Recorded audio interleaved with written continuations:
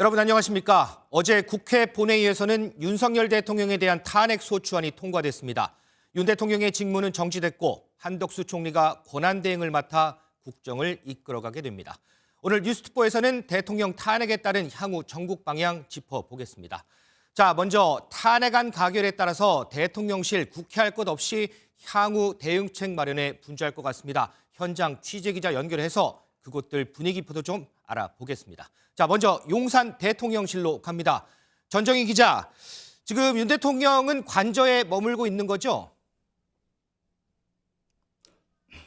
네, 윤석열 대통령은 현재 한남동 관저에 머무르고 있는 것으로 알려졌는데요.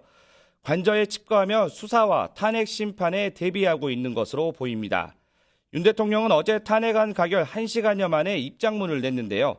자신은 잠시 멈춰서지만 지난 2년 반 국민과 함께 걸어온 미래를 향한 여정은 멈춰서는 안 된다고 밝혔습니다. 또 결코 포기하지 않겠다. 자신을 향한 질책, 격려와 성원을 모두 마음에 품고 마지막 순간까지 국가를 위해 최선을 다하겠다고 말했습니다. 앞으로 수사와 탄핵 심판 절차에 적극적으로 대응하겠다는 뜻을 밝힌 것으로 풀이됩니다. 대통령실 참모진의 조력을 받을 수 없게 된 만큼 법률 대응을 위한 변호인단 구성에 집중할 걸로 예상됩니다. 자, 전 기자, 윤 대통령 이 권한은 정지되지만 경호나 의전 이런 거는 그대로 가져가나요? 어떤가요? 네, 그렇습니다. 윤 대통령은 탄핵 심판이 끝날 때까지 대통령의 모든 권한 행사가 정지됩니다. 조약의 체결과 비준 같은 외교권이나 행정 수반으로서 공무원 임명권, 국군 통수권을 행사할 수 없습니다. 국무회의 주재나 국무위원들의 보고를 받는 등의 통상적인 업무도 할 수 없는데요.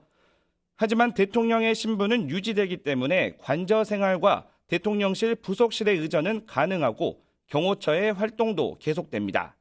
대통령의 월급도 업무 추진비를 제외하고는 그대로 지급됩니다. 지금까지 용산 대통령실에서 전해드렸습니다. 어제 대통령 탄핵 소추안이 국회를 통과하고 국무총리 대행체제로 상황이 바뀌었습니다. 대행체제 둘째 날, 오늘 어떤 일이 있는지 총리실 연결해 보겠습니다. 현장에 김세희 기자 나가 있습니다.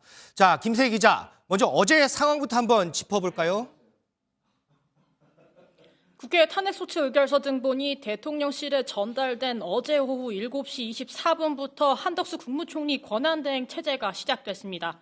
한 권한대행은 어제 오후 8시부터 임시 국무회의를 열고 대국민 담화를 발표해 국정 안정을 강조했습니다. 많은 국민들의 헌신으로 민주주의가 헌법에 따라 굳건하게 작동하고 있으며 경제의 펀더멘털도 변함없이 견고합니다. 이어 오후 9시 한 권한대행은 긴급 국가안전보장회의 전체 회의를 열었습니다.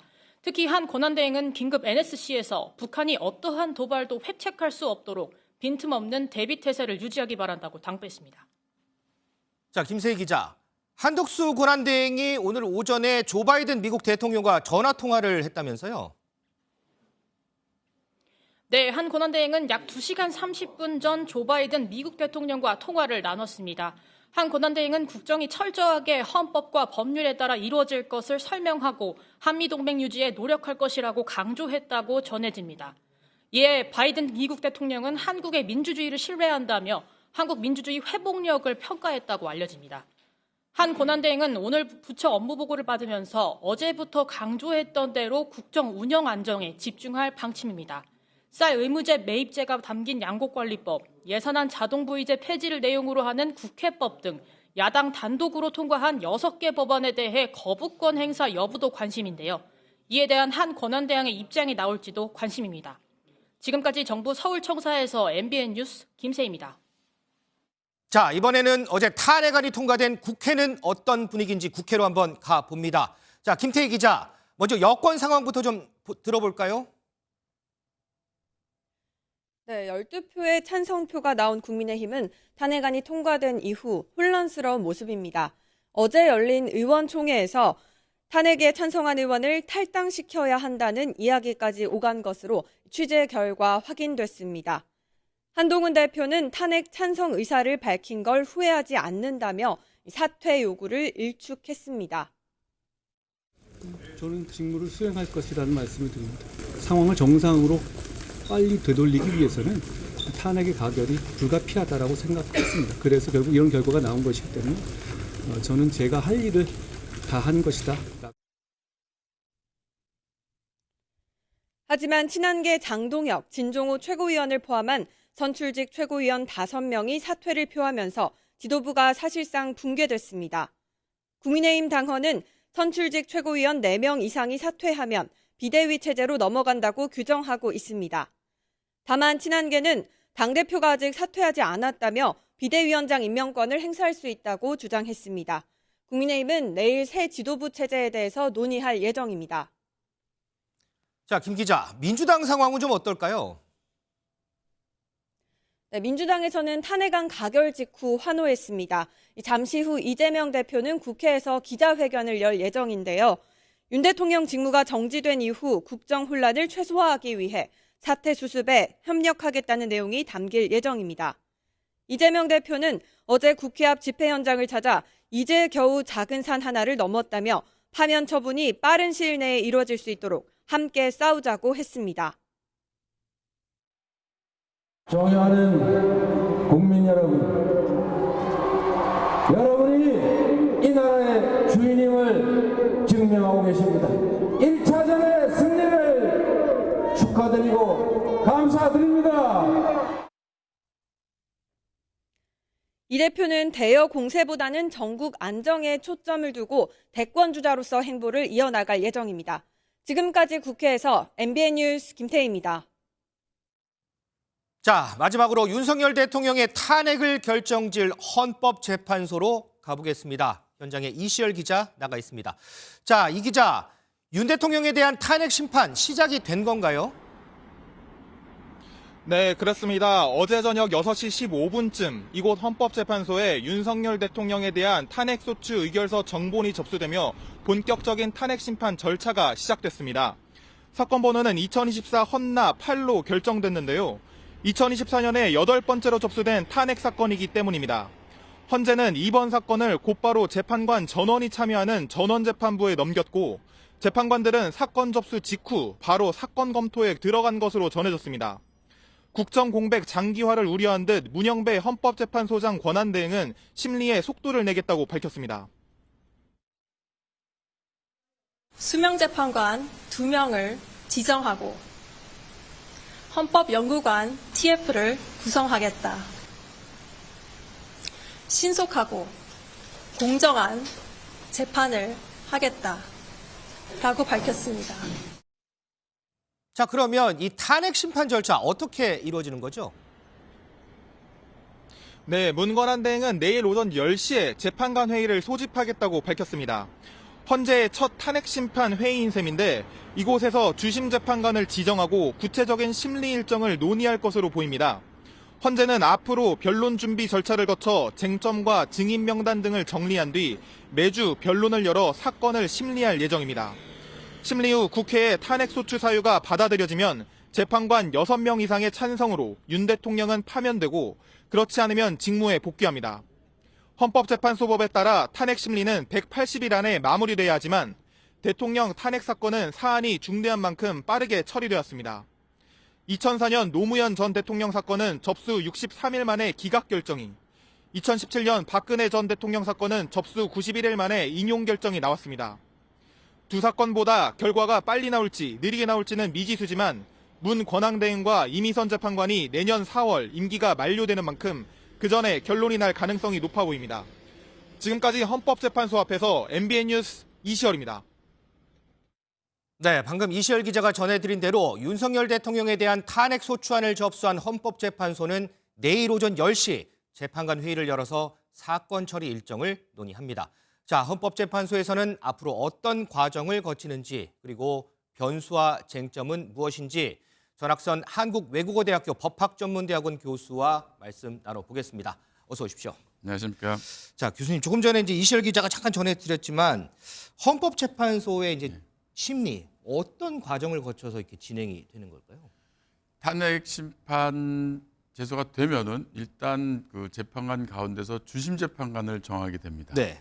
주심 재판관 정해지면 주심 재판관 주도하에 이제 사건을 처리를 하는 거죠. 그 안에 이제 그 수십 명의 연구관들이 있기 때문에 그 탄핵 심판 청구 이유와 그 외 여러 가지를 조사해가지고 과연 그 탄핵 사유가 해당되는지, 즉 탄핵 대상자가 직무집행에 있어서 헌법이나 법률을 중대하게 위반했는지 여부를 판단해가지고 조사를 하고 그다음에 그런 걸 바탕으로 또 재판관들이 수십 차례 이제 평의를 또 할 겁니다. 평의를 거쳐서 결론을 내서 이제 선고를 하게 되는 거죠. 그러면 이번에 이제 윤석열 대통령 탄핵 심판 이 과정에서 가장 큰 핵심 쟁점은 뭐가 될까요? 가장 큰 핵심 쟁점 역시 그 탄핵 사유인 직무집행에 있어서 헌법이나 법률을 중대하게 위반했느냐 이건데 과연 그럼 직무집행에 있어서 헌법이나 법률을 중대하게 위반한 게 뭐냐 봤을 때는 비상계엄을 선포를 했는데 네네. 과연 그 비상계엄을 선포할 사유에 해당됐느냐. 우리 헌법과 개헌법에 보면은 전시, 사변 또는 기타 이에 준하는 네. 국가 비상사태가 발생했을 때 그 발동할 수 있는데 과연 비상계엄을 12월 3일 날 선포한 것이 그 사유에 해당되는지 여부를 아마 판단하겠고요. 두 번째는 이제 지금 많이 말이 나오는 내란죄에 해당되느냐. 네. 특히 가장 중요한 게 국회하고 중앙선거관련의 기능을 그 방해하려고 한 것 아니냐. 그렇게 되면 이제 내란죄 성립 여부까지도 함께 될 수 있고요. 그래서 가장 중요한 쟁점은 비상계엄을 선포를 했는데 과연 그 헌법과 법률에 따른 비상계엄을 선포할 사유에 해당됐는지 여부하고 또 과연 그 부수적으로 또 내란죄 위반 여부가 판단의 중심이 되지 않을까 생각이 됩니다. 방금 이제 국회 말씀해 주셨는데 당시에 이 비상계엄 사태 당시에 저희가 국회 모습은 저희 MBN을 포함해서 모든 방송사에서 이제 중계를 했었어요. 이런 것들도 다 증거가 다 되는 건가요? 당연히 증거가 됩니다. 특히 이제 계엄이 선포가 돼가지고 계엄군이 국회에 갈 수는 있습니다. 네. 다만 국회에 갈 때는 어떤 경우에 가냐면 비상계엄 선포됐다면 전시나 사변 이에 준하는 국가적 비상사태이기 때문에 혹시 뭐 무장 세력에 의해서 국회가 점령당할 위험이 있다. 그럴 땐 계엄군이 가서 국회를 보호해야 되는 거죠. 네네네. 그래서 갈 수는 있는데 계엄군이 국회가 평온하게 있는데 유리창을 깨고 국회 안으로 진입한다. 이거는 국회의 기능을 저해하는 행위가 될 수 있고요. 그다음에 또 중앙선거관리위원회도 뭐 만약 그 서버가 해킹당했다. 그러면 그런 거는 형사 절차라든가 다른 행정 조치를 통해서 조사를 하면 되는 것이지 네. 그게 과연 계엄군이 들어가서 서버를 확보할 사유에 해당되냐 그런 걸 이제 아마 중점으로 보게 되겠죠. 그렇군요. 지금까지 이제 헌법재판소에서 두 차례 대통령에 대한 탄핵 심판이 이루어졌어요. 보니까 노무현 전 대통령 같은 경우에는 63일 한 두 달 정도 걸렸고요. 박근혜 전 대통령 같은 경우에는 91일 석 달 걸렸는데 이 한 달 차이를 가르는 뭐 이런 쟁점들이나 이런 변수가 있었었나요 당시에? 변수보다는 이제 사건의 성격에 따라서 뭐 대통령 탄핵 심판은 똑같겠지만 네. 탄핵 소추 사유가 뭐냐 그거에 그거에 따라서 좀 조사하는데 시간이 오래 걸리는 사건들 같은 경우는 아무래도 좀 오래 시간이 걸릴 수 있고요. 또 명백한 사실이다. 그럴 땐 또 아마도 심리 기간이 짧아질 수가 있겠죠.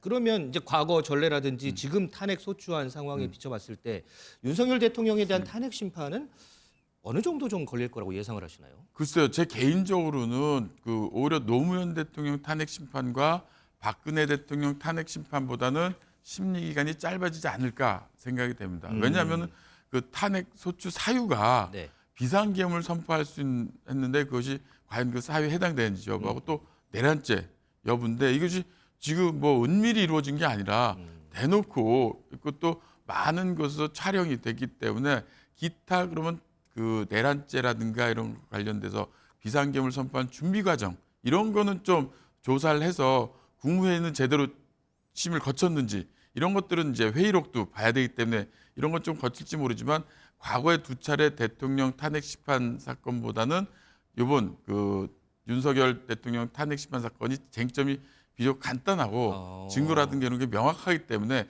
좀 더 그 심판 기간이 짧아지지 않을까 생각이 됩니다. 그러면 박근혜 전 대통령의 심리 기간 한 예. 석 달, 그거보다도 더 짧아질 수도 있다 이렇게. 예, 예상을 저는 하시나요? 오히려 짧아질 것 같고 그다음에 그 4월 되면은 이제 2명의 재판관인데 또 임기가 끝납니다. 예, 뭐 그렇게 알고 있습니다. 그건 최소한 그거는 절대 넘지 않는다. 그리고 지금은 대통령이 사고시기 때문에 대통령 사고가 시간이 길면 절대 안 좋습니다. 그건 나라가 정체된다는 거죠. 그렇기 때문에 그 어제도 그 문영배 헌재 소장 권한대행이 신속하고 공정하게 처리하겠다 했는데 저는 거기에 신속하게 하겠다는 거에 좀 방점이 있지 않을까 생각이 됩니다. 그래서 가능한 한 빨리 이 탄핵 그 소추된 이 기간 대통령 사고 기간을 단축시켜서 정상적으로 가려고 하지 않을까 생각이 됩니다. 그럼에도 불구하고 탄핵과 결정이 나게 되면 네네. 파면되면 그때부터 또 60일이 걸립니다. 최장.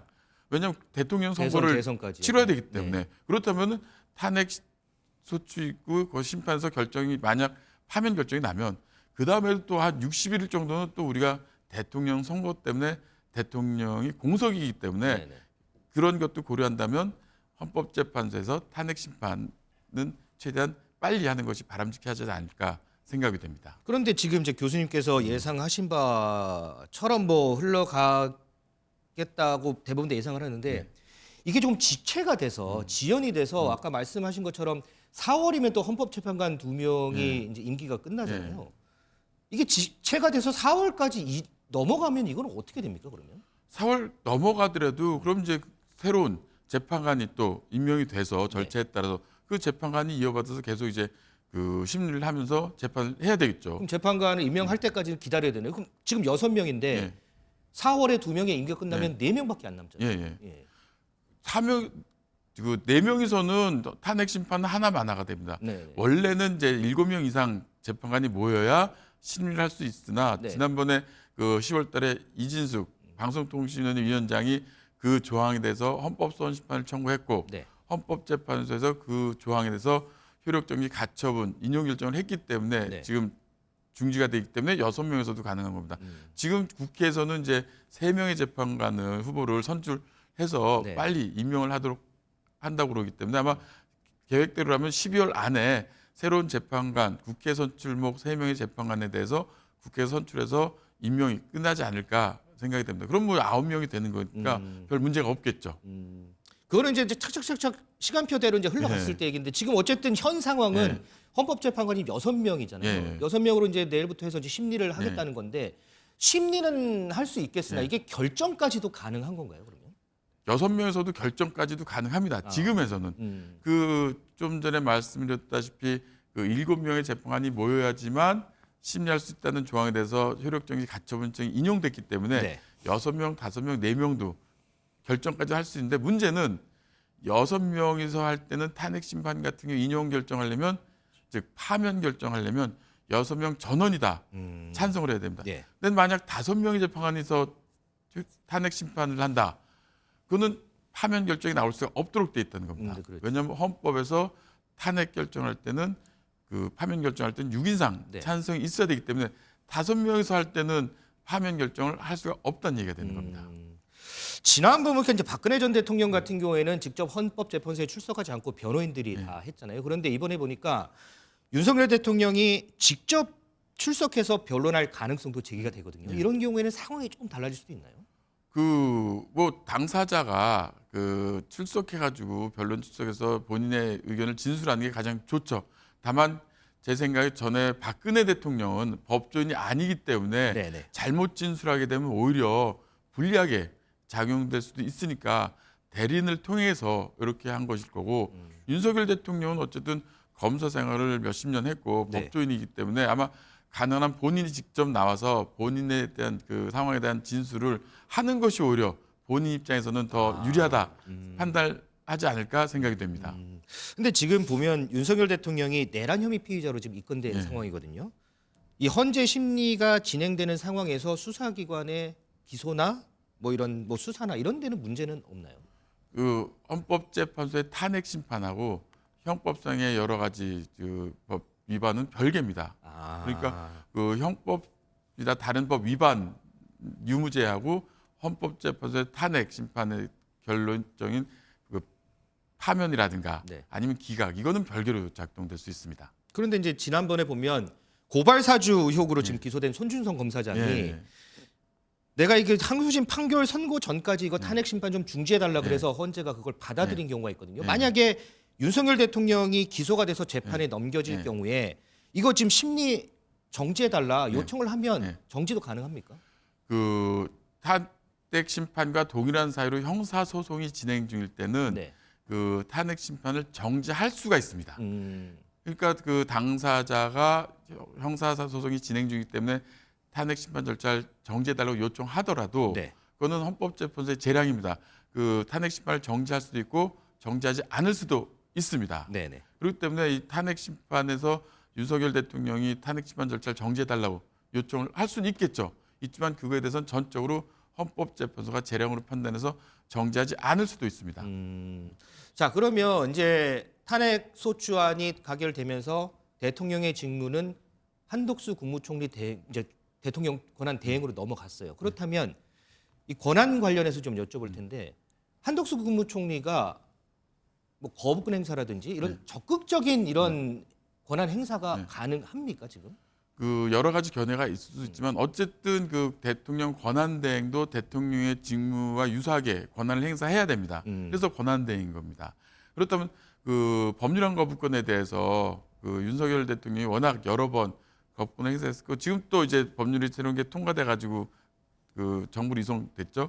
그럼 이제 그 권한 대행이 한덕수 대통령 권한 대행이 그 법률안 거부권을 행사할 수 있느냐 했을 때 과거에 예비 비춰 보면 그 노무현 대통령 때 그 탄핵 심판이 개시돼 가지고 그 고건 국무총리가 권한 대행을 했습니다. 그때도 법률안 거부권을 행사했습니다. 행사했었죠. 예, 그래서 전혀 문제가 없었기 때문에 그 한덕수 국무총리 대통령 권한 대행이 그 법률안 거부권을 행사하는 것은 문제가 없고 그다음에 또 이제 아마 곧 이제 국회에서 네. 3명의 헌법재판소 재판관 그 선출해 가지고 임명해 달라고 하면은 지금 그거는 추천은 이제 마쳤고 이제 예. 인사청문회를 거쳐야 되죠. 예, 인사청문회를 거치면 이제 그에 대한 임명도 역시 한덕수 국무총리가 해야 되는 겁니다. 근데 이거는 국회가 선출하면 대통령이 기계적으로 네. 임명을 하는 거기 때문에 이거는 그 한덕수 국무총리가 당연히 임명을 해야 되는 겁니다.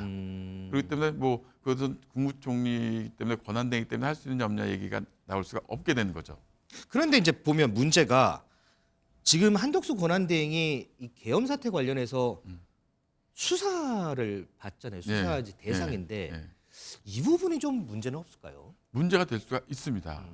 왜냐하면 그 국무총리도 지금 그 탄핵 심판 대상자가 될 수가 있습니다. 탄핵 소추 대상입니다. 그러니까 탄핵 대상자인데 국회가 그 탄핵 소추하려면 의결을 거쳐야 되는 것이고 또 한덕수 국무총리도 그 내란죄 그 어떤 혐의를 지금 받고 있고 여러 가지 그 얘기들이 나오는데 한덕수 국무총리가 대통령 권한대행으로서 권한을 행사할 때 네. 과연 그것이 적법하겠느냐 이런 얘기도 나오는데 지금 뭐 민주당에서는 그 한덕수 국무총리까지 탄핵 소추하면은 좀 국정 운영이 어려우니까 이건 자제하겠다고 얘기도 하는데 만약에 정말 한덕수 국무총리까지도 지금 그 탄핵 소추할 때 탄핵 소추 의결 정수는 어떻게 되겠느냐? 대통령 탄핵 소추 의결 정수가 적용되느냐? 대통령 권한 대행이기 때문에 아니면 국무총리 탄핵 소추 의결 정수가 적용되겠느냐? 이것도 또 문제가 될 수 있습니다. 근데 뭐 여러 가지 견해들은 있지만 어쨌든 그 국무총리는 그 국무총리 권한으로서 대통령 권한 대행을 행사하는 것이고 그리고 또 대통령은 국민들의 직접 선거를 통해서 선출되는 선출직이기 때문에 대통령에 대해서는 탄핵 소추 의결 정수를 엄격하게 해놓은 것이고 그렇다면은 그 국무총리에 대해서 국무총리가 대통령 권한 대행을 행사할 때 국회가 만약에 또 혹시나 탄핵 소추할 때 의결 정수는 뭐 국무총리 탄핵 소추 의결 정수가 적용돼야 되는 건 아닌가 이렇게 생각이 됩니다. 자, 마지막으로요. 지금 탄핵 소추안 그 본회의 이제 처리 과정에서도 국민들의 관심이 상당히 좀 높았어요. 그리고 어제 탄핵 소추안이 가결이 되고 헌법재판소에 이제 심리가 진행되는데 이 과정도 지금 국민들의 관심이 상당히 높을 거란 말이죠. 우리 시청자분들이 좀 이 과정에서 어떤 부분들을 좀 눈여겨 보시는 게 좋을까요? 일단 뭐 그 주심 재판관에 대해서는 이제 전산 처리로 이제 정해지고 또 그다음에 이제 특히 이제 변론을 통해서 아마 여러 가지 쟁점들이 나올 겁니다. 그렇게 되면은 그 청구인 측, 즉 이제 국회 법제사법위원회 위원장이 소추위원이 됩니다. 네. 그럼 그쪽하고 피청구인 측, 즉 탄핵 심판 대상인 윤석열 대통령 측에서 이제 여러 가지 그 공방을 벌일 텐데, 특히 사실관계와 더불어서 법리적으로 이것이 과연 그 비상계엄을 발동할 사유에 해당되는지, 그리고 지금 최근에 얘기 많이 나온 그 통치행위이기 때문에 어떤 사법심사의 대상이 제외되는데, 그건 어떤 논리로 그것이 과연 사법심사의 대상에서 제외된다고 주장할 것인지, 이런 것들이 아마 주요하게 우리가 살펴봐야 될 쟁점들이 아닐까 생각이 됩니다. 알겠습니다. 자, 윤석열 대통령 탄핵 심판, 헌법재판소의 탄핵 심판 관련해서 지금까지 전학선 한국외국어대학교 법학전문대학원 교수와 말씀 나눠봤습니다. 오늘 말씀 감사합니다. 네, 감사합니다. 북한 공산 세력의 위협으로부터 자유 대한민국을 수호하고 우리 국민의 자유와 행복을 약탈하고 있는 파렴치한 종북 반국가 세력들을 일거에 척결하고 자유 헌정 질서를 지키기 위해 비상계엄을 선포합니다.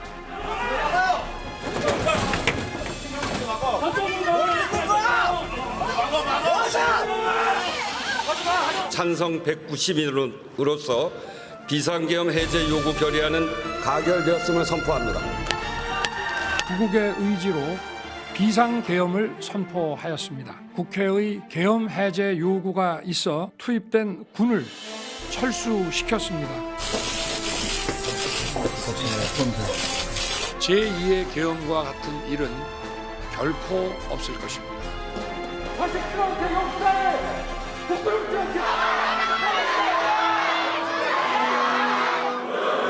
박충관 의원, 박형수 의원 성립되지 않았음을 선포합니다. 도대체 2시간짜리 내란이라는 것이 있습니까? 소수의 병력을 잠시 투입한 것이 폭동이란 말입니까?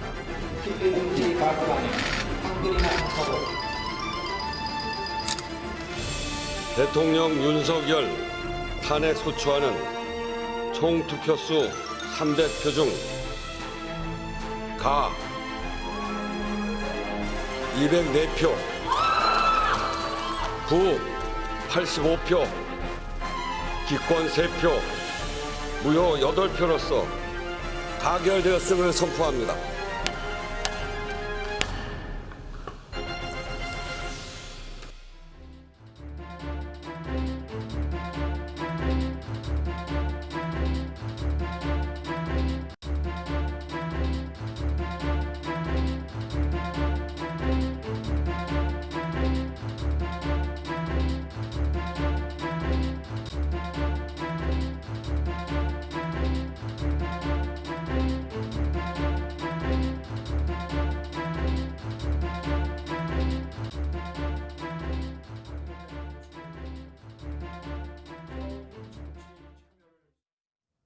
자, 이번 탄핵안 가결로 인해서 이 정치적인 상황들로 곳곳에서는 매우 분주한 움직임이 포착이 되고 있습니다.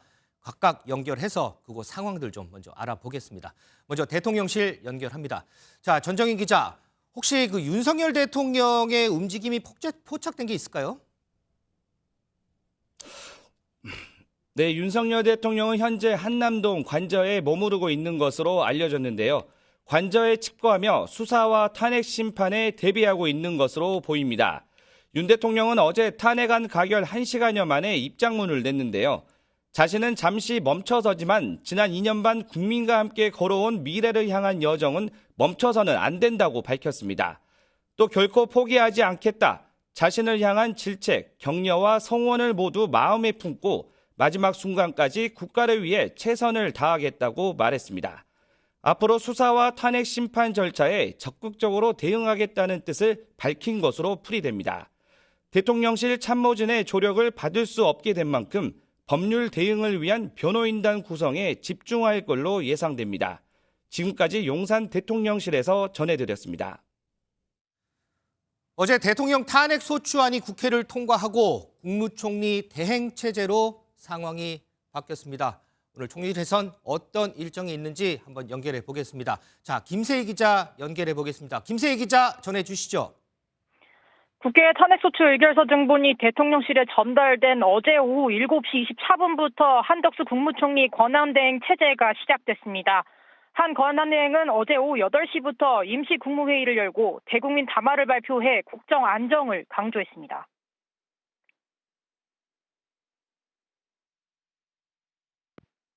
이어 오후 9시 한 권한대행은 긴급 국가안전보장회의 전체 회의를 열었습니다. 특히 한 권한대행은 긴급 NSC에서 북한이 어떠한 도발도 획책할 수 없도록 빈틈없는 대비태세를 유지하기 바란다고 당부했습니다. 한덕수 권한대행이 오늘 오전에 조 바이든 미국 대통령과 전화 통화를 했죠? 네, 한덕수 권한대행은 약 2시간 30분 전 조 바이든 미국 대통령과 통화를 나눠 우리나라 외교 안보에 차질이 없을 것이라고 설명했습니다. 한 권한대행은 국정이 철저하게 헌법과 법률에 따라 이루어질 것을 설명하고 한미동맹 유지에 노력할 것이라고 강조했다고 전해집니다. 이에 바이든 미국 대통령은 한국의 민주주의를 신뢰한다며 한국 민주주의 회복력을 평가했다고 알려집니다. 한 권한대행은 오늘 부처 업무 보고를 받으면서 어제부터 강조했던 대로 국정 운영 안정에 집중할 방침입니다. 쌀 의무 매입제가 담긴 양곡관리법과 예산안 자동보이제 폐지를 내용으로 하는 국회법 등 야당 단독으로 통과한 6개 법안에 대해 거부권 행사 여부도 관심인데요. 이에 대한 한 권한대행의 입장이 나올지도 관심입니다. 지금까지 정부 서울청사에서 MBN 뉴스 김세희입니다. 자, 다음으로는 어제 윤석열 대통령의 탄핵안이 통과된 국회 분위기 알아봅니다. 김태희 기자 나가 있는데요. 자, 김 기자, 먼저 국민의힘 상황부터 좀 전해주실까요? 네, 12표의 찬성표가 나온 국민의힘은 탄핵안이 가결된 이후 혼란스러운 모습입니다. 어제 열린 의원총회에서 탄핵에 찬성한 의원을 탈당시켜야 한다는 이야기까지 오간 것으로 취재 결과 확인됐습니다. 한동훈 대표는 탄핵 찬성 의사를 밝힌 걸 후회하지 않는다며 사퇴 요구를 일축했습니다. 저는 직무를 수행할 것이라는 말씀을 드립니다.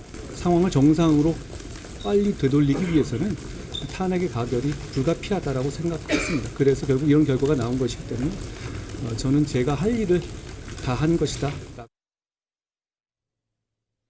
하지만 친한계 장동혁, 진종호 최고위원을 포함한 선출직 최고위원 5명이 사퇴를 표하면서 지도부가 사실상 붕괴됐습니다. 국민의힘 당헌은 선출직 최고위원 4명 이상이 사퇴하면 비대위 체제로 넘어간다고 규정합니다. 다만 친한계는 당대표가 아직 사퇴하지 않았다며 비대위원장 임명권을 행사할 수 있다고 주장했습니다. 국민의힘은 내일 새 지도체제에 대해서 논의할 예정입니다. 자, 그러면 민주당 상황은 좀 어떤가요? 민주당은 탄핵안 가결 직후 환호했습니다. 이재명 더불어민주당 대표는 잠시 후 국회에서 기자회견을 열 예정인데요. 윤 대통령 직무가 정지된 이후 국정 혼란을 최소화하기 위해 사태 수습에 협력하겠다는 내용이 담겨 전망입니다. 이재명 대표는 어제 국회 앞 집회 현장을 찾아 이제 겨우 작은 산 하나를 넘었다며 파면 처분이 빠른 시일 내에 이루어질 수 있도록 함께 싸우자고 했습니다. 존경하는 국민 여러분, 여러분이 이 나라의 주인임을 증명하고 계십니다. 1차전의 승리를 축하드리고 감사드립니다. 이재명 대표는 대여 공세보다는 전국 안정에 방점을 두고 대권주자로서 행보를 이어나갈 예정입니다. 지금까지 국회에서 MBN 뉴스 김태희입니다. 자, 마지막으로 윤석열 대통령의 탄핵을 결정지을 헌법재판소로 가보겠습니다. 자, 이시열 기자, 윤 대통령에 대한 탄핵 심판 시작이 된 건가요? 네, 그렇습니다. 어제 저녁 6시 15분쯤 이곳 헌법재판소에 윤석열 대통령에 대한 탄핵소추 의견서 정본이 접수되며 본격적인 탄핵 심판이 시작됐습니다. 사건 번호는 2024 헌납 8로 결정됐는데요. 2024년에 8번째로 접수된 탄핵 사건이기 때문입니다. 헌재는 이번 사건을 곧바로 재판관 전원이 참여하는 전원재판부에 넘겼고 재판관들은 사건 접수 직후 바로 사건 검토에 들어간 것으로 전해졌습니다. 국정공백 장기화를 우려한 듯 문영배 헌법재판소장 권한대행은 심리에 속도를 내겠다고 밝혔습니다. 수명재판관 2명을 지정하고 헌법연구관 TF를 구성하겠다. 신속하고 공정한 재판을 하겠다라고 밝혔습니다. 자, 그러면 이 탄핵 심판 절차 어떻게 이루어지나요? 네, 문건한 대행은 내일 오전 10시에 재판관 회의를 소집하겠다고 밝혔습니다. 헌재의 첫 탄핵 심판 회의인 셈인데 이곳에서 주심 재판관을 지정하고 구체적인 심리 일정을 논의할 것으로 보입니다. 헌재는 앞으로 변론 준비 절차를 거쳐 쟁점과 증인 명단 등을 정리한 뒤 매주 변론을 열어 사건을 심리할 예정입니다. 심리 후 국회의 탄핵소추 사유가 받아들여지면 재판관 6명 이상의 찬성으로 윤 대통령은 파면되고 그렇지 않으면 직무에 복귀합니다. 헌법재판소법에 따라 탄핵 심리는 180일 안에 마무리돼야 하지만 대통령 탄핵 사건은 사안이 중대한 만큼 빠르게 처리되었습니다. 2004년 노무현 전 대통령 사건은 접수 63일 만에 기각 결정이, 2017년 박근혜 전 대통령 사건은 접수 91일 만에 인용 결정이 나왔습니다. 두 사건보다 결과가 빨리 나올지 느리게 나올지는 미지수지만 문 권한대행과 이미선 재판관이 내년 4월 임기가 만료되는 만큼 그 전에 결론이 날 가능성이 높아 보입니다. 지금까지 헌법재판소 앞에서 MBN 뉴스 이시열입니다. 네, 잘 들었습니다. 자, 지금 스튜디오에는 서정욱 변호사, 박창환 장한대 특임교수, MBN 정치부의 정태용 기자 세 분 나오셨습니다. 어서 오십시오. 예, 안녕하세요. 자, 정태용 기자, 먼저 어제 본회의가 열렸어요. 이 과정, 탄핵 심판 과정 한번 정리를 좀 해볼까요? 네, 사실 저도 어제 하루 종일 국회에서 이 현장을 아침부터 밤 늦게까지 지켜봤던 사람입니다. 네. 간단히 좀 정리를 해보겠습니다. 일단은 국민의힘의 경우 본회의 직전까지 의원총회를 통해서 격론을 벌여왔고요. 네. 결국에는 탄핵 부결 당론은 유지. 하지만 여론 반발을 채 못 이기고 지난주 단체 표결 불참했던 거는 이제 철회를 하게 됐습니다. 네네. 따라서 이제 본회의에는 민주당과 국민의힘 모든 의원들 300명이 다 입장을 하게 됐고요. 민주당은 반면 아침부터 표결 직전까지 저희 기자들의 각종 질문에도 발언을 삼가면서 굉장히 조심스러운 모습을 보여왔습니다. 최대한 이제 표결이 있을 때까지는 말을 삼가달라는 그런 원내 지침도 있었고요. 네네. 굉장히 조심스러운 그런 태도가 읽혔는데 결국 오후 4시에 본회의가 시작됐죠. 네. 안건도 하나였습니다. 그렇죠. 대통령 탄핵 소추안 하나. 그리고 별 변수 없이 모두 표결에 참여하면서 결국에는 1시간이 채 걸리지 않는 되게 금방 본회의가 종료됐다고 봐도 되겠고요. 총 투표수 300표 중 가 204표, 부 85표, 그리고 뭐 기권 3표, 무효 8표로 탄핵 저지선인 200표를 넘기면서 두 번째 탄핵안은 이렇게 본회의를 통과하게 됩니다. 이로써 2004년 노무현 전 대통령, 2016년 박근혜 전 대통령에 이어서 헌정사상 세 번째 탄핵소추안이 통과되게 된 겁니다. 박창환 교수님, 지금 정태구 기자가 잠깐 설명했지만 어제 본회의 결과가 찬성 204표, 반대 85명, 기권 3명, 무효 8명. 이게 보면 기권하고 무효표까지 합치면 여당에서 한 23표 정도 이탈표가 나왔다 이렇게 좀 분석을 해볼 수 있을 것 같은데 여기에 담긴 의미가 좀 있을 것 같아요. 네, 사실은 23표 그러면은 친한계의 숫자가 대략 그 정도 된다. 이게 일반적인 네네. 예측이었습니다. 저는 이번에 그 2차 이 탄핵 투표에서 가결이 204표 차이로 204표로 찬성이 됐는데 이거는 뭐 자업자득의 의미가 있다고 봐요. 첫 번째는. 왜냐하면 일주일 전, 그러니까 지난주 토요일이었죠. 그때 표결 불참으로서 탄핵 반대, 부결 당론을 유지를 했었거든요. 네. 그럼 그 사이에 무슨 일이 있었냐? 윤석열 대통령이 지난 목요일 날, 12일 날 하야를 거부하고 내란을 갖다가 부정하는 그런 담화를 발표를 했는데 이게 결국은 친한계의 이탈을 낳은 거 아니냐. 이렇게 본 측면에서 보면 계엄 선포도 그랬고 또 지난 목요일에 하야 거부도 그렇고 결국은 탄핵으로 이끄는 결정적인 선택은 윤석열 대통령 스스로 했다는 점에서 자업자득이다. 두 번째, 저는 군주 민수라는 말을 쓰고 싶은데요. 군주 민수요. 지난번 토요일 날 1차 탄핵 부결 당시에 투표 불성립이 됐습니다. 그렇죠. 이후에 국민의 항의와 분노가 어마어마했어요. 특히나 이 투표에 불참한 지역구 국회의원들에 대한 지역 유권자들의 분노와 불신 이런 부분들이 극에 달했고 결국은 한 명 한 명 나는 당론에도 불구하고 부결 당론에도 불구하고 찬성표를 던지겠다라고 하는 의원이 7명이나 이제 공개적으로 그렇죠. 선포를 하게 됨으로써 결국은 지난주 토요일 날 부결됐던 투표 불성립됐던 탄핵 표결이 이번에 204표라고 하는 정말로 간신히 이렇게 탄핵으로 가결될 수 있었던 것은 국민의 분노가 그 12명의 이타표를 낳은 것이기 때문에 결국은 국민의 승리다. 국민의 요구에 굴복한 거다. 이렇게 봐야 된다는 거죠. 서정욱 변호사님, 당초에 공개적으로 찬성 입장을 밝힌 국민의 위원이 7명이었어요. 방금도 언급됐지만. 그런데 무효표, 기권표까지 포함하면 23명. 한 3배 이상 는 건데 방금 박창원 교수님은 자업자득이라는 표현을 쓰셨거든요. 우리 서정욱 변호사는 어떻게 좀 보시나요? 뭐 저는 일주일 전에도 이게 제가 방송을 했거든요. 네. 근데 그게 투표 불성립이요. 부결입니다. 그게 부결이에요. 그런데 민주당은 계속 임시회를 쪼개기라서 될 때까지 기우제식으로 탄핵하겠다. 네. 이렇게 공언했잖아요. 그렇죠. 앞으로 저는 어떤 진보든 보수는 어떤 대통령이 또 될 수도 있는데 이런 게 탄핵 표결은 한 번으로 끝나야 됩니다. 이게 될 때까지 매주 탄핵을 의결하겠다? 이게 얼마나 국론 분열 중요한데 거기에 저는 압박에 이번에 부결하면 다음 주에 또 할 거예요. 또 부결하면 다음 주에 한다. 여기에 국민의힘 의원들이 상당히 압박감을 좀 받은 게 있고요. 그다음에 이거는 200명이 넘어야 탄핵이 되죠. 그렇죠. 따라서 이제 무효나 기권은 뭐 실제는 이게 찬성표가 아니잖아요. 찬성은 이제 그 12명인데 네. 문제는 이제 이번 저는 표결이 한동훈 대표 체제가 이제 붕괴되는 거예요. 왜 그러냐면 이게 12명 찬성자 중에 한동훈 계 아닌 분이 많아요.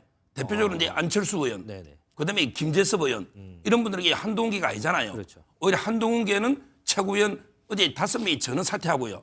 그다음에 박정아 비서실장까지 사퇴를 했어요. 네네. 따라서 저는 마음속에 그 어제 표결은 한동훈 체제의 몰락 이게 큰 의미가 있다 봅니다. 근데 이제 우리가 이제 앞서 잠깐 살펴봤는데 한덕수 총리가 이제 권한대행을 맡았지 않습니까? 그런데 한덕수 총리가 지금 계엄 사태 관련해서 수사 대상이란 말이죠. 이 부분 좀 문제가 없을까요? 지금 이제 뭐 앞으로 이게 또 경우에 따라 예를 들어 한덕수 총리가 거부권 행사한다. 김건희 특검법에 할 수 있잖아요. 네. 권한대행이니까. 네. 그러면 이게 또 민주당에서는 또 총리 탄핵한다 하겠죠. 그러면 이게 또 어떻게 돼요? 최상목 장관을 갈 거예요. 그런데 그분도 국무회의 갔잖아요. 네. 그러면 이게 또 그분도 뭐 탄핵되고 그다음에 이주 장관을 갈 거예요. 네. 이런 식으로 이게 국무위원 전부에게 내란 뭐 방조다. 이런 식으로 이게 계속 지금 몰고 있잖아요. 여론을. 이렇게 되면 이게 완전히 정부를 마비시키는 이렇게 되면 이게 헌재 재판관 임명은 누가 합니까? 이번에 3명을 해도 대통령이 임명하거든요. 그런데 한덕수 총리까지 다 이게 탄핵해버리면 저는 국정이 완전히 마비되고 헌재가 심리를 못해요. 6명으로 이게 못합니다. 이래서는 이게 민주당이 안 된다 봐요.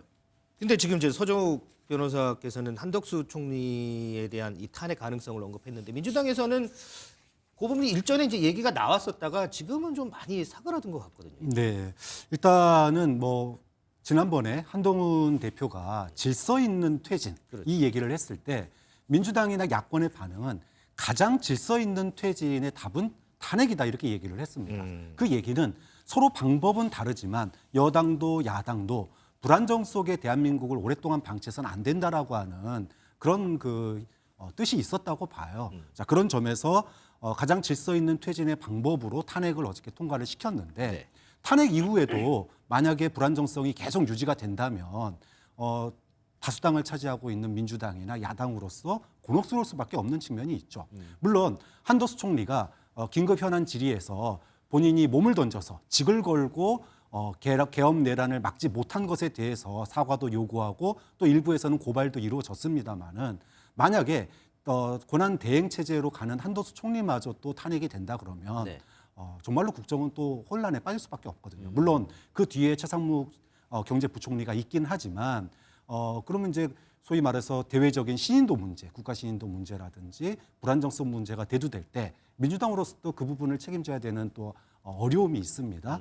그래서 한덕수 총리가 뭐 최소한의 국정 운영을 할 수 있도록 일단은 지켜본다. 그런 점에서는 당분간 한덕수 총리에 대한 탄핵은 없을 것 같다. 이게 이제 대체적인 전망인 것 같습니다. 그러면 일각에서 이제 이게 보니까 의견이 양분되더라고요. 지금 한덕수 권한대행이 적극적으로 권한 행사를 해야 된다라는 의견도 있고 아니다. 현상 유지하는데 그냥 그쳐야 된다 이런 의견이 있거든요.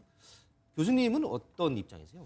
이제 한덕수 총리의 입장이 일반 사실은 우리가 6공화국 들어서서 계엄, 내란 이거는 꿈에도 생각해보지 못한 일이잖아요. 그래서 일반적인 상황이라면 과거의 역대 2번의 탄핵은 하나는 선거법 위반이었고 또 하나는 뇌물죄, 국정농단과 관련된 일이었습니다. 이거는 대통령 개인의 문제였거든요. 어떻게 보면은. 그런데 이번 같은 경우에는 군과 경찰이 움직였기 때문에 이건 대통령 일개인의 문제라고 할 수가 없는 상황이에요. 또 국무회의에 심의를 거치도록 돼 있는데 그 과정이 물론 짧았다 손 치더라도 정말로 누구 말처럼 바짓가랑이라도 붙잡고 못하게 말렸어야 되는 국무총리 입장에서 그거를 갖다가 방기했다라고 하는 책임은 피할 수가 없습니다. 자, 그럼에도 불구하고 이런 원죄가 있기 때문에 한덕수 총리가 적극적인 임무 수행 권한을 갖다가 행사하기는 어려울 거다라고 보는 게 맞고 또 한덕수 총리도 그럴 거라고 봐요. 근데 문제는 그럼 어디까지가 이제 소위 말하면은 적극적 권한 행사고 또 아니냐 이렇게 본다면 일단은 기본적인 시스템이 돌아가도록 만들어야 되겠죠. 특히나 헌법재판소 재판관이 지금 3명이 공석입니다. 그렇죠. 민주당에서 2명, 국민의힘에서 1명을 지금 추천한 상황이기 때문에 이 부분 결국은 헌법재판소의 탄핵의 이 결과가 달려 있잖아요. 네. 헌법재판소 재판관 임명하는 거는 해야 됩니다. 또 국회에서 통과된 법률, 지금 특검이라든지 이런 게 어제 윤석열 대통령이 권한 정지가 되기 이전에 거부권 행사하지 않은 사항들이에요. 한 6건 정도 되죠. 그렇죠. 내란 특검이라든지 김여사 특검 여러 가지가 있습니다. 자, 이렇게 국회에서 통과된 법률에 대해서 저는 거부권 행사하면 안 된다. 만약에 여기에 대해서 거부권을 행사할 경우 이거는 굉장히 적극적인 권한 행사가 될 거고 특히나 계엄 내란 사태를 방조한 국무위원들 입장에서 보면 이거는 마치 윤석열 전 정권의 그러니까 현 정부의 계엄 내란에 동조하는 이런 행태로 읽힐 수 있기 때문에 그런 정도 수준까지가 통상적 권한 행사가 아니겠느냐 이렇게 해석할 수 있겠죠. 우리 서 변호사님은 이 한덕수 권한대행이 어느 선까지 권한 행사를 해야 된다고 보세요, 그러면? 지금 이제 법률상으로는 이제 권한 대행의 권한이 제한되는 건 없어요. 없죠, 그렇죠. 대통령 권한하고 이게 똑같다고 저는 보고요. 네. 그리고 대통령 권한 중에 가장 중요한 게 거부권인데요. 거부권을 못한다 이거 말이 안 되는 이야기죠. 그럼 권한 대행이 아니에요. 따라서 이제 거부권은 당연히 행사할 수 있는 거고 다만 이제 헌재 재판관 임명권이 2개로 나눠봐야 돼요. 예를 들어 이번에 3명은 국회 몫이잖아요. 그렇죠. 이런 경우는 임명할 수는 있다고 저는 봅니다. 그런데 4월 달에 2명 퇴임하잖아요. 네네. 그거는 이제 대통령 몫이거든요. 이럴 때도 적극적으로 권한대행이 임명할 수 있을지. 옛날에 황교안 권한대행 때 있잖아요. 네. 그때는 민주당에서 반대를 했어요. 임명을 못하게. 그래서 8명으로 갔거든요. 따라서 아마 저는 헌재 재판관은 대통령 몫을 적극적으로 행사할 수 있을지는 논란이 있는데 국회 추천은 이제 가능할 거고 다만 거부권은 이걸 제한한다면 이게 권한대행이 아무 의미가 없잖아요. 따라서 저는 거부권은 충분히 행사할 수 있다 봐요. 여기서도 보니까 이 한덕수 권한대행의 이런 권한 행사에 대해서 상당히 좀 양분이 되는 것 같습니다. 그런데 어제 탄핵안 가결 직후에 윤석열 대통령의 담화가 나왔습니다. 여기서 결코 포기하지 않겠다 이런 발언을 했거든요. 여기에 담긴 맥락은 어떤 의미가 있다고 보세요? 아마 이제 윤 대통령은 헌법에 규정된 계엄을 내가 이제 나는 이걸 국가 비상사태로 생각한다. 국가 비상사태라는 게 꼭 북한이 도발하고 침략만 있는 게 아니고 네. 헌법기관이라는 게 국가기관이 마비가 될 정도로 이러면 나는 비상사태로 생각한다. 그래서 이제 최소한으로 계엄을 발동했다. 그래서 나는 내란이 절대 아니다. 어떻게 한두 시간짜리 내란이 어딨냐. 내가 비무장 상태로 최소 병력만 질서주의 국회 보낸 거다. 그다음에 선관위 서브 확보는 부정선거 양쪽에 의혹이 있으니 옛날에 이재명 대표나 김어준 씨도 부정선거라고 2010년에 계속 주장했거든요. 수개표하자고. 그건 페이스북에 글이 있습니다. 그러니까 거국 유튜브만 보고 부정선거라는 게 아니고 자든 우든 전부 부정선거 주장이 많아요. 실제 아마 영화도 있을 거예요. 부정선거. 또 진보 쪽에서 만든 것도. 따라서 이제 이걸 한번 나는 철저하게 조사를 해보려고 했다. 그러니까 대통령은 이제 내란이라는 건 터무니없다. 이런 이제 담화가 계속 나오잖아요. 네. 그래서 아마 대통령은 최고의 헌법재판기관인 헌재까지 가서 내가 당당하게 출석해서 한번 나는 내란이 아니다. 이걸 국민 앞에 중계를 해달라. 당당하게 한번 재판을 받아보겠다. 이게 바로 끝까지 간다. 이런 의미로 보입니다. 실제로 윤석열 대통령이 헌법재판소에 출석을 해서 변론을 할 가능성이 제기가 되거든요. 출석할 가능성이 있다고 보세요?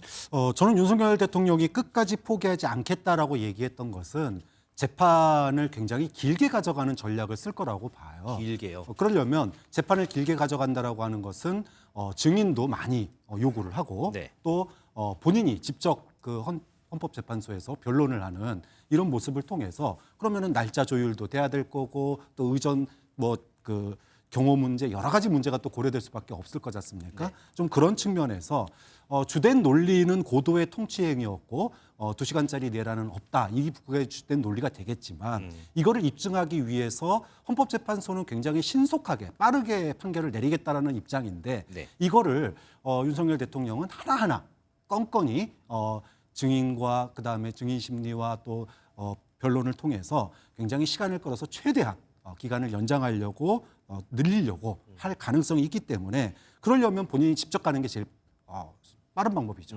본인이 직접 변론을 하게 되면 사실 헌법재판관 입장에서 반론권을 충분히 줘야 되는 거지 않습니까? 네네. 그런 측면에서 본다면은 윤석열 대통령이 마지막까지 최선을 끝까지 하겠다, 맞서 싸우겠다, 포기하지 않겠다. 이거는 시간을 갖다가 최대한 끌면서 법리 논쟁 그리고 증인 논쟁 그래서 시간 끌기 작전으로 갈 가능성이 좀 굉장히 높다고 봅니다. 서 변호사님, 우리가 이제 여기서 지금 이 상황에서 결론을 예단하기는 상당히 좀 이르고 예단하기도 좀 그렇지만 가정법입니다. 만약에 헌법재판소에서 탄핵이 기각이 돼서 윤석열 대통령이 직무에 복귀를 한다면 국정 장악력 회복이 가능할까요? 지금 이 상황에서? 우리나라는 이제 법치국가 아닙니까? 계엄덕에 헌법에 따라 대통령이 규정된 고유 권한이고 또 국회가 해상권덕이 국회의 고유 권한이고 모든 게 법에 따라 지금 이루어지고 있기 때문에 아마 이제 헌법재판소가 그대로 이게 기각을 하면 그러면 이게 그대로 대통령을 복귀하고 권한 행사가 가능하죠. 저는 그게 왜 문제가 되는지 이해가 안 되고 아마 이제 헌재가 이번에 제일 힘들 거예요.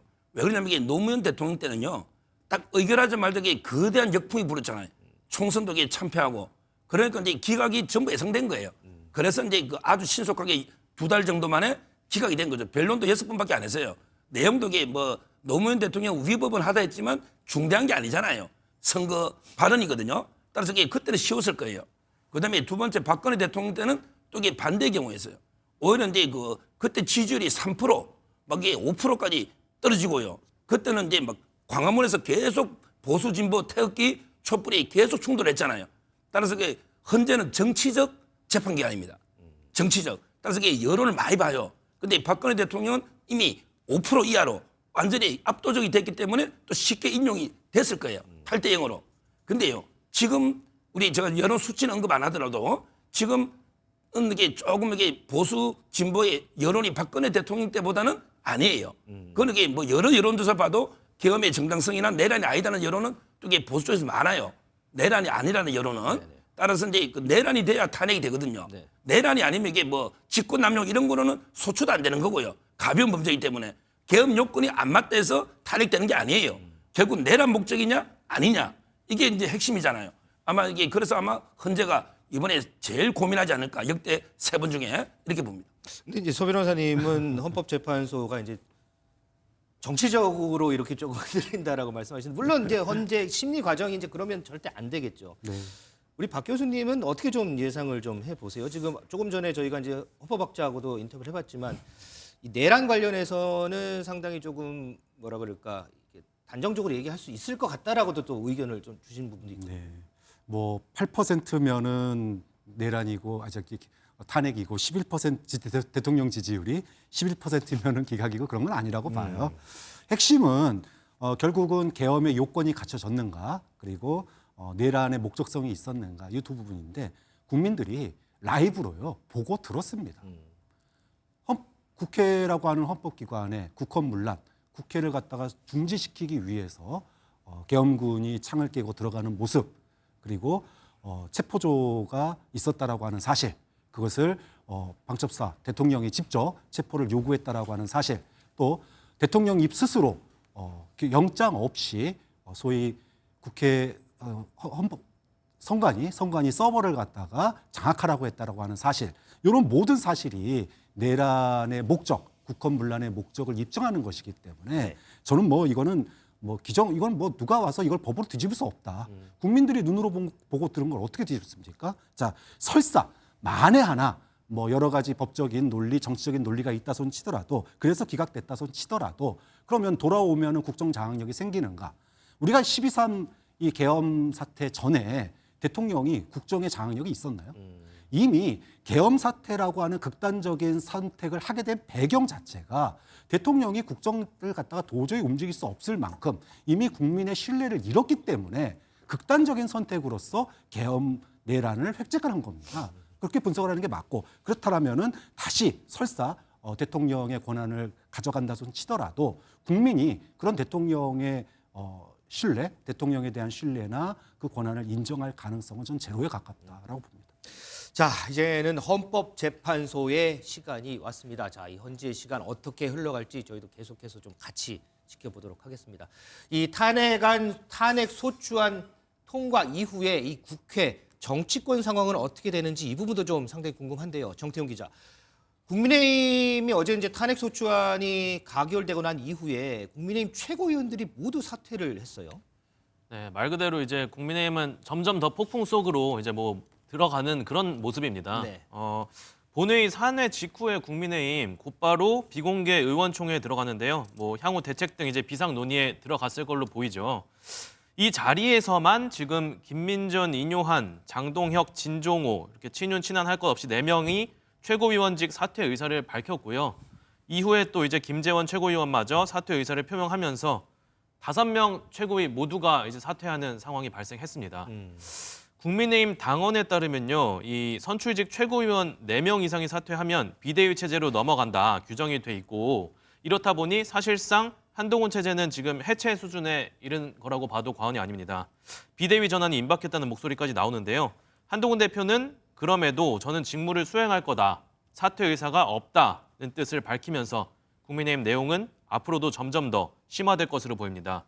여기에 친윤계가 이제 권성도 원내대표를 구심점으로 당내 지분을 키우고 있는 상황이잖아요. 향후 비대위 구성 등 당권을 장악할 수도 있다는 예상마저 나오면서 한치 앞을 정말 예상하기 힘든 국민의힘 상황이 벌어지고 있습니다. 어제 본회의 탄핵안 표결 이후에 이 정치권 인사들 여러 가지 얘기를 했는데요. 그 모습 영상으로 좀 보고 오겠습니다. 일단. 저는 오늘의 결과를 대단히 무겁게 받아들입니다.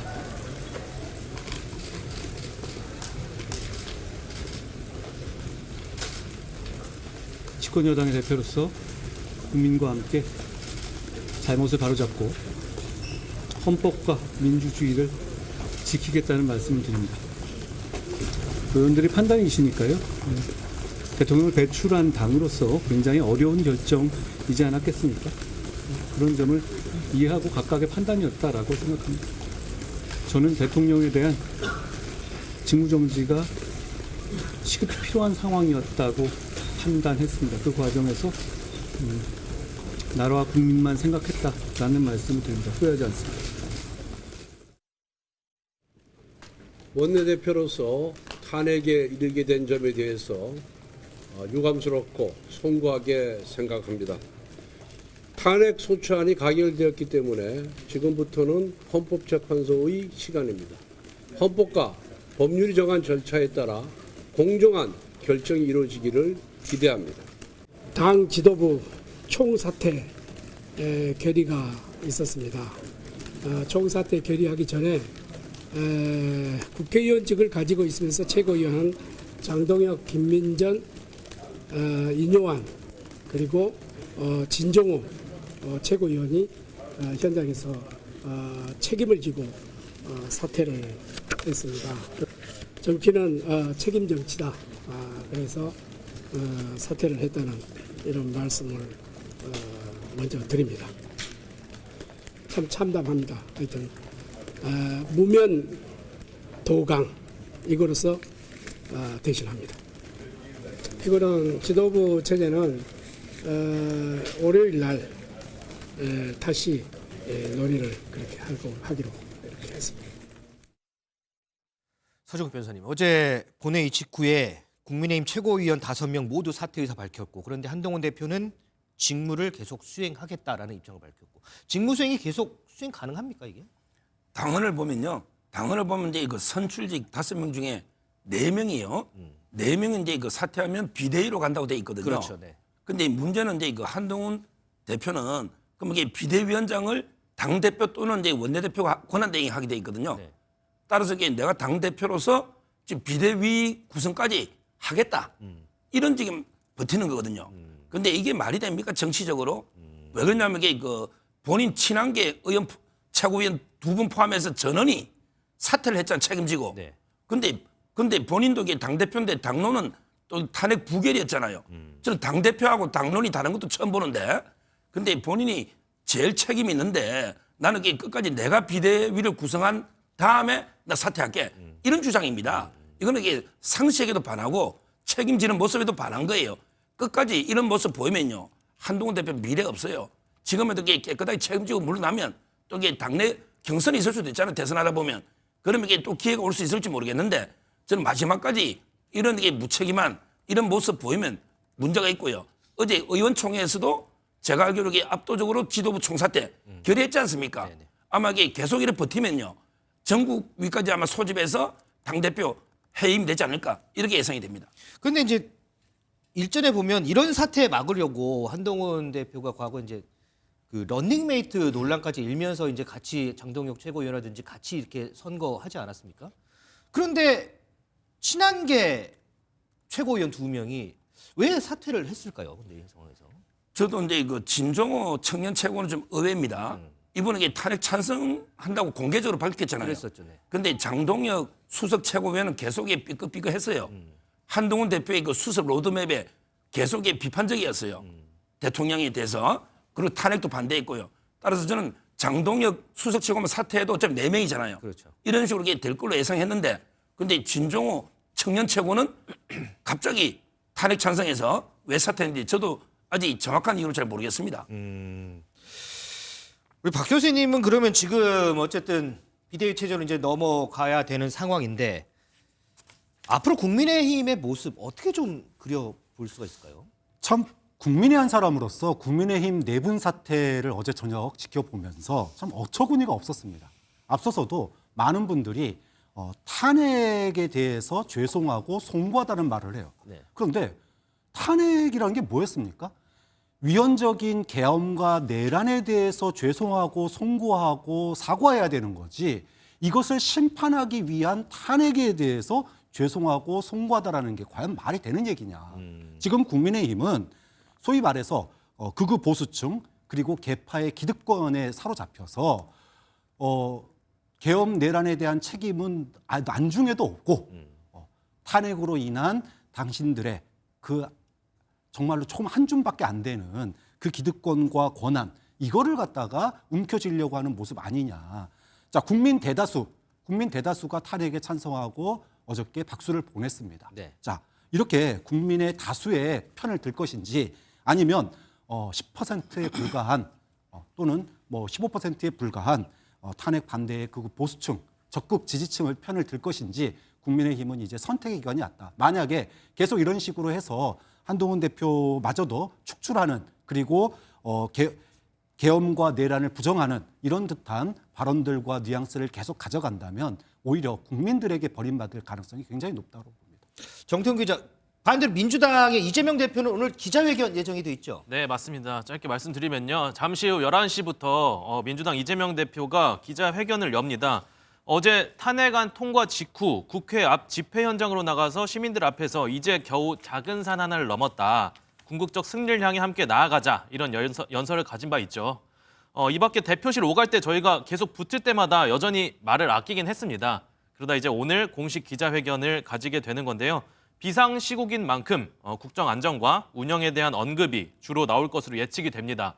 또한 이 헌재 재판이 아직도 남아 있지만 조기 대선 가능이 사실상 높아졌지 않습니까? 네네. 따라서 이제 앞으로도 대권 주자로서의 행보도 본격화할 것으로 저희가 전망되고 있고요. 이 밖에 민주당은 또 내일도 비상의총을 통해서 전국 혼란 수습 방안 등을 마련할 예정입니다. 자, 지금 윤석열 대통령 탄핵 소추안 가결 이후에 국민의힘도 민주당도 상황이 상당히 긴박하게 돌아가는 것 같습니다. 이재명 대표는 오늘 기자회견을 열고요. 내일 한동훈 대표는 또 국회에 나와서 어떠한 입장을 좀 내보일 것 같은데, 자, 이 정치권 상황도 저희도 계속해서 좀 같이 좀 따라가 보도록 하겠습니다. 자, 오늘 뉴스 특보 여기서 마무리하겠습니다. 시청해주신 여러분 고맙습니다.